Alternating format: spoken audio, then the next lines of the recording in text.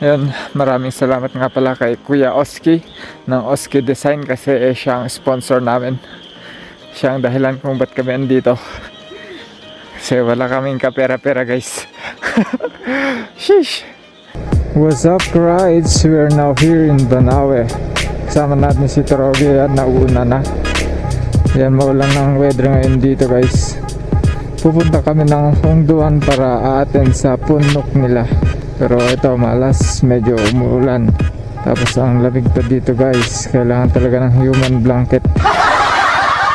Yan, as of now maglalakad tayo kasi tignan nyo to guys. Ang pangit. Ang pangit ng kalsada na papunta dito sa taas. Tapos, yan o. Grabe. Pakyat. Nabitin daw si Torogi dito noon eh. So yun, si Torogi ang tour guide natin ngayon. So dito yung daan. Yan. Ang uulan. Ang lamig pa.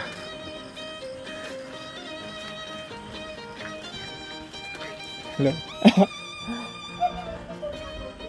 Kinilig na naman sila kay Torogi. Sana all.